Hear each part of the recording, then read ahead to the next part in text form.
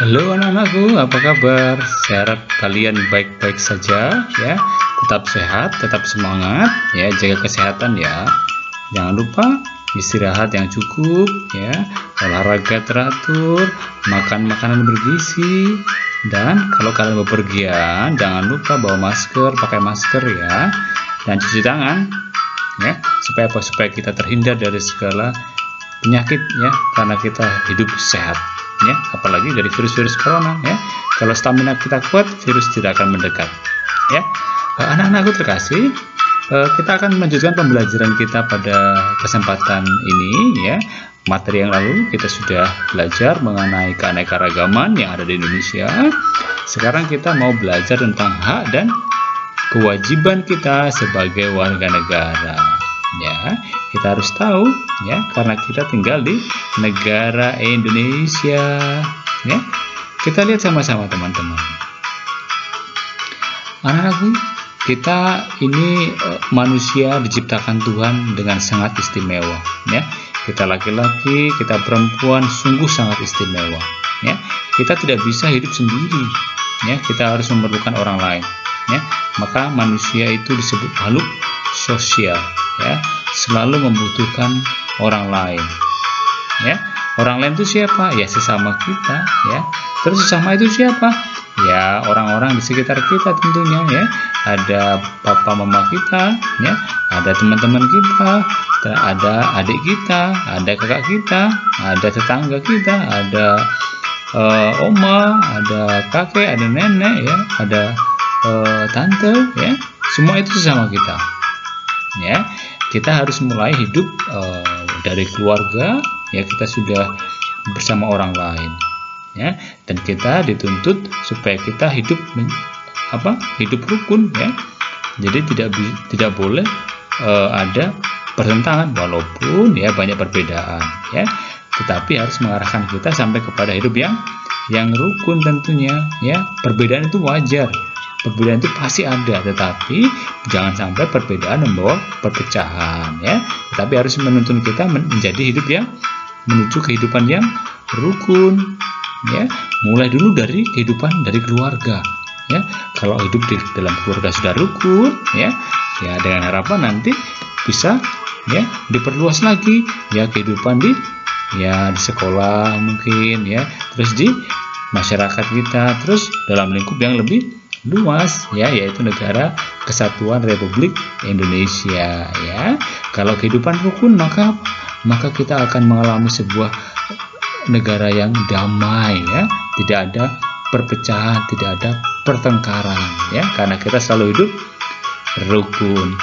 Anak-anakku, negara kita ya Indonesia ini dibangun, diperjuangkan, dibebaskan dari penjajahan ya, oleh pahlawan-pahlawan yang telah mengorbankan hidupnya ya demi negara kita ya. Maka kita juga wajib dan harus mengisi kemerdekaan ini dengan rajin belajar ya. Dengan apa lagi ya, dengan melakukan apapun yang bisa nantinya bisa berguna bagi bangsa dan negara ya. Karena negara Indonesia itu dibangun dengan tujuan, dengan maksud ya. Apa tujuannya ya? Dalam pembukaan Undang-Undang Dasar 1945, negara Indonesia itu ya dibangun dengan tujuan ya melindungi segenap bangsa Indonesia, seluruh tumpah darah Indonesia, dan untuk memajukan kesejahteraan umum, mencerdaskan kehidupan bangsa, dan ikut melaksanakan ketertiban dunia yang berdasarkan kemerdekaan, perdamaian abadi, dan keadilan sosial.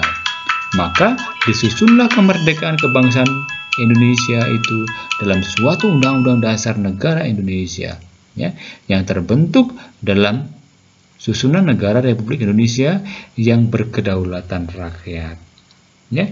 Itulah anakku ya, yang menjadi tujuan negara kita ya. Kita ingin memajukan kesejahteraan, mencerdaskan kehidupan bangsa, dan melaksanakan ketertiban dunia ya. Supaya tercipta perdamaian abadi, keadilan sosial ya. Itu yang menjadi tujuan, menjadi cita-cita negara kita. Maka kita sebagai warga negara wajib ya mendukung dan melaksanakan seluruh tujuan negara ini, ya, negara tercinta kita ini. Anak-anakku terkasih, ya, tujuan negara Indonesia itu juga terperinci lagi dalam pasal dan ayat, ya, dalam batang tubuh Undang-Undang Dasar 1945, ya, antara lain nanti dalam pasal 27 dan sampai 34, ya, nanti akan tertuang di situ. Anak-anakku, ya, negara terselenggara dan mencapai tujuan berkat partisipasi para warganya, ya, termasuk kita, ya. Kalau kita berhenti berpartisipasi, ya, maka apa, negara yang kita cita-citakan, ya, perdamaian abadi, keadilan sosial, kesejahteraan tidak akan tercapai. Maka ya peran kita apa sebagai pelajar misalnya, nanti kita akan lihat, ya, mungkin dengan belajar yang rajin berarti kita sudah melaksanakan kewajiban kita, ya. Anak-anakku, ya, partisipasi warga negara itu diatur, ya, dalam bentuk kewajiban sebagai warga negara, ya. Jika warga negara sungguh menaati apa yang menjadi kewajibannya, terus nanti penyelenggara negara melaksanakan tugasnya sesuai dengan aturan yang berlaku, pasti tujuan negara akan tercapai, yaitu rakyat yang bermartabat, adil dan makmur. Ya, semua itu karena kita masing-masing melaksanakan peran kita, ya, melaksanakan tugas dan tanggung jawab kita, ya, melaksanakan kewajiban-kewajiban kita, ya, entah kita sebagai warga negara atau para penyelenggara negara, ya. Tuhan Yesus juga mengajarkan kita, ya, untuk taat pada negara, ya. Ingat, ya, waktu Yesus ditanya, ya, tentang perlu nggak kita bayar pajak, ya, oleh orang-orang Farisi, Yesus memberikan jawaban, ya, berikanlah kepada Kaisar apa yang menjadi hak Kaisar, dan kepada Allah apa yang menjadi hak Allah. Ya, itu menjadi jawaban penting bagi kita, ya, juga untuk ikut meneladani Yesus, ya, supaya kita betul-betul melaksanakan kewajiban kita, ya, sebagai warga negara, ya, dan juga kewajiban kita sebagai orang beragama, ya.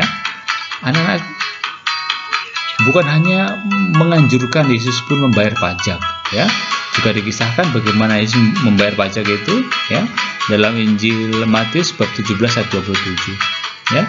Di situ dikatakan, tetapi supaya jangan kita menjadi batu sandungan bagi mereka, pergilah memancing ke danau, dan ikan pertama yang kau pancing, tangkaplah, dan bukalah mulutnya, maka engkau akan menemukan mata uang 4 dirham di dalamnya. Ambillah itu dan bayarkanlah kepada mereka, bagiku dan bagimu juga. Ya, ingat, Yesus juga membayar pajak, ya, supaya apa? Supaya tidak menjadi batu sandungan bagi yang lain, ya. Tetapi dengan cara yang unik, ya, Yesus meminta muridnya untuk memancing ikan. Nah, di dalam ikan itulah kemudian ada uangnya, ada 4 dirham. Nah, itu yang akan menjadi uang untuk membayar pajak. Nah, itulah keajaiban Tuhan Yesus, ya. Anak-anak yang terkasih, kita, ya, sebagai warga negara, ya, sebagai warga gereja, ya, kita juga dituntut untuk apa? Sungguh-sungguh menjadi orang Katolik yang sungguh-sungguh, tetapi juga dituntut untuk menjadi warga negara Indonesia yang sungguh-sungguh, ya. Atau dengan bahasa lain, ya, kita umat Katolik di Indonesia harus 100% warga negara Indonesia dan 100% orang Katolik, ya. Artinya apa? Artinya kita memang harus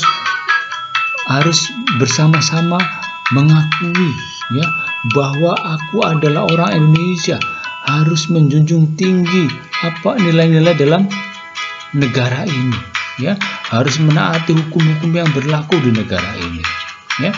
Tetapi juga kita harus 100% orang Katolik, ya. Kita harus melaksanakan juga ajaran-ajaran, ya, yang diajarkan gereja, ya.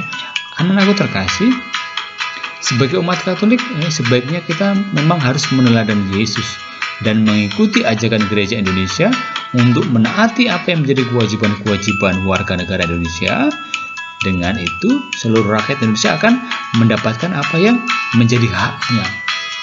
Ya, kalau kita sudah melaksanakan kewajiban-kewajiban kita dan hak yang akan kita peroleh, itu pasti akan kita dapatkan. Anak-anakku terkasih, seperti saya katakan tadi, kita akan belajar dari Injil Matius. Ya, saya bacakan, teman-teman juga, anak-anakku bisa membaca. Ya, saya sambil membaca, teman-teman juga boleh membaca. Injil Matius bab 22 ayat 15 sampai 22. Kemudian pergilah orang Farisi. Mereka berunding bagaimana mereka dapat menjerat Yesus dengan suatu pertanyaan. Mereka menyuruh murid-murid mereka bersama-sama orang-orang Herodian bertanya kepadanya, "Guru, kami tahu engkau adalah orang yang jujur dan dengan jujur mengajar jalan Allah, dan engkau tidak takut kepada siapapun juga, sebab engkau tidak mencari muka. Katakanlah kepada kami pendapatmu, apa diperbolehkan membayar pajak kepada kaisar atau tidak?"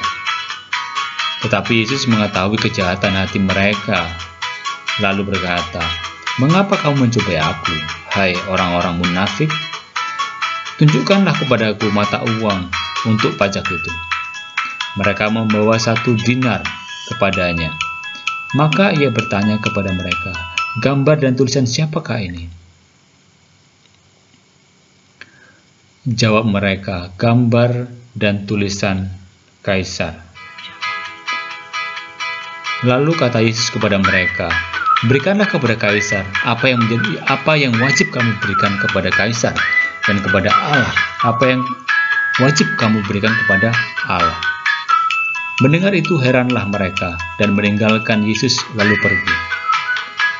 Lihat teman-teman, ya, Yesus hendak dicobai oleh orang-orang Farisi. Ya, Yesus lahir dari ibu dan bapak orang Yahudi. Ya, dia tinggal di tanah Yahudi. Maka Yesus adalah warga Yahudi. Ya, maka orang-orang Yahudi pada waktu itu berada dalam penjajahan kekaisaran Romawi, ya, dan kerajaan Idumea, ya, yang rajanya bernama Herodes, ya, yang mendapat mandat dari Romawi tentunya, ya. Sebagaimana kekaisaran atau kerajaan yang lain, kekaisaran Romawi dan kerajaan Idumea pun memiliki aturan mengenai rakyatnya, ya, untuk mengikat seluruh rakyatnya. Ya, salah satu aturannya yaitu membayar pajak. Ya, orang yang tidak membayar pajak dianggap melawan raja, maka suatu kewajiban yang harus dilaksanakan. Maka orang-orang Yahudi pada umumnya tidak setuju sebetulnya dengan penjajahan. Ya, hanya karena mereka tidak kuat melawan, maka mereka tunduk. Ya, ada kelompok yang melawan penjajahan, ya, di kalangan Yahudi itu disebut dengan kaum Zelot. Ya, mereka berusaha memberontak melawan penjajahan Romawi. Anak-anakku terkasih, sehubungan dengan itu orang yang menganjurkan membayar pajak dianggap sebagai pengkhianat bangsa. Ya, karena itu orang-orang Farisi menjerat Yesus dengan pertanyaan, "Bolehkah aku membayar pajak?" Ya, tetapi Yesus mengatakan boleh. Ya, berarti Yesus nanti kalau Yesus mengatakan boleh, Yesus dianggap sebagai pengkhianat bangsa karena setuju pada penjajah, ya kan? Nanti kalau Yesus mengatakan tidak boleh, berarti melawan kekuasaan yang sah, ya, dianggap pemberontak nanti, ya. Maka Yesus menjawab dengan tepat, ya, memberikanlah kepada kaisar apa yang menjadi hak kaisar, dan memberikan kepada Allah apa yang menjadi hak Allah, ya. Jadi jawabannya sangat tepat, ya, bebas dari jebakan orang-orang Farisi, ya. Ketika ditagih mengenai bea pun, sebenarnya Yesus telah mengatakan dengan benar bahwa orang pribumi tidak dikenai bea. Namun agar tidak menjadi batu sandungan, Yesus membayar bea itu, ya. Tadi dikatakan, ya, melalui uang yang ada dalam mulut ikan, ya kan? Anak-anakku terkasih, kata-kata Yesus berikan kepada kaisar apa yang menjadi hak kaisar dan berikan kepada Allah apa yang menjadi hak Allah, patut kita teladani. Ya, kenapa? Karena itu orang-orang Katolik memang harus wajib, ya, menjadi warga negara yang taat dan kritis, ya, sekaligus umat beragama yang taat pula, ya. Keterlibatan dalam hidup bernegara untuk membangun kesejahteraan bersama sama nilainya dengan kebaktian kepada Tuhan, ya. Kalau kita sebagai pelajar, tentu apa yang kita bisa lakukan, ya, yang jelas mengisi hari-hari kita dengan mempersiapkan diri kita untuk apa? Untuk masa depan kita. Apa masa depan kita? Untuk membangun bangsa, ya. Dengan kita sumbangkan pikiran-pikiran kita, ya, dengan kita sumbangkan ide-ide kita, gagasan-gagasan kita, ya, kita sudah turut membangun bangsa ini, ya. Maka belajar dengan tekun supaya apa? Supaya pengetahuan kita luas, ya, supaya kedepannya negara kita menjadi negara yang maju karena dipimpin oleh orang-orang yang cerdas. Anak-anakku terkasih, terima kasih, ya, sudah bersemangat dalam belajar. Ingat, ya, kita warga negara Indonesia, ya, kita harus melaksanakan kewajiban kita, ya, kita harus tahu hak kita, ya. Kita 100% orang Katolik dan 100% warga negara Indonesia, ya. Jadi hak dan kewajiban kita sudah jelas, ya. Kita harus melaksanakan kewajiban-kewajiban kita yang telah ditentukan oleh negara ini, ya. Kita harus mengisi kemerdekaan ini dengan semangat belajar supaya apa? Supaya nanti kita juga bisa berbakti kepada negara ini, ya. Sebagai tugas atau yang harus kalian kerjakan, kalian bisa membuat doa syukur, ya. Doa syukur ini bisa kalian buat, ya, sebagai syukur karena kalian sudah tinggal di Indonesia, ya. Sekaligus doa permohonan supaya apa? Supaya kalian bisa melaksanakan kewajiban-kewajiban, ya, untuk mempersiapkan dirimu untuk apa? Untuk ikut serta membangun negara ini, ya.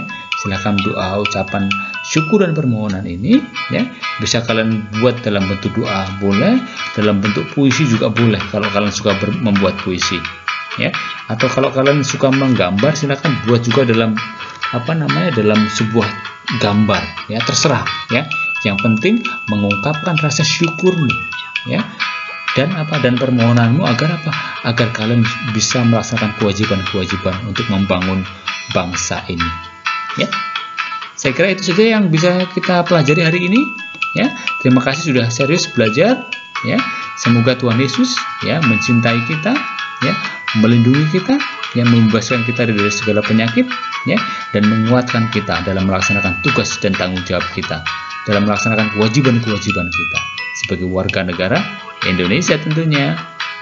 Sampai ketemu di pembelajaran kita berikutnya, ya. Jangan lupa subscribe, ya, tekan tombol subscribe di bawah, dan jangan lupa dibagikan juga kepada yang lain, ya, supaya nanti bisa belajar bersama-sama. Sekian pembelajaran kita hari ini, ya. Tuhan memberkati dan bye-bye. Sampai ketemu dalam video pembelajaran berikutnya. God bless you.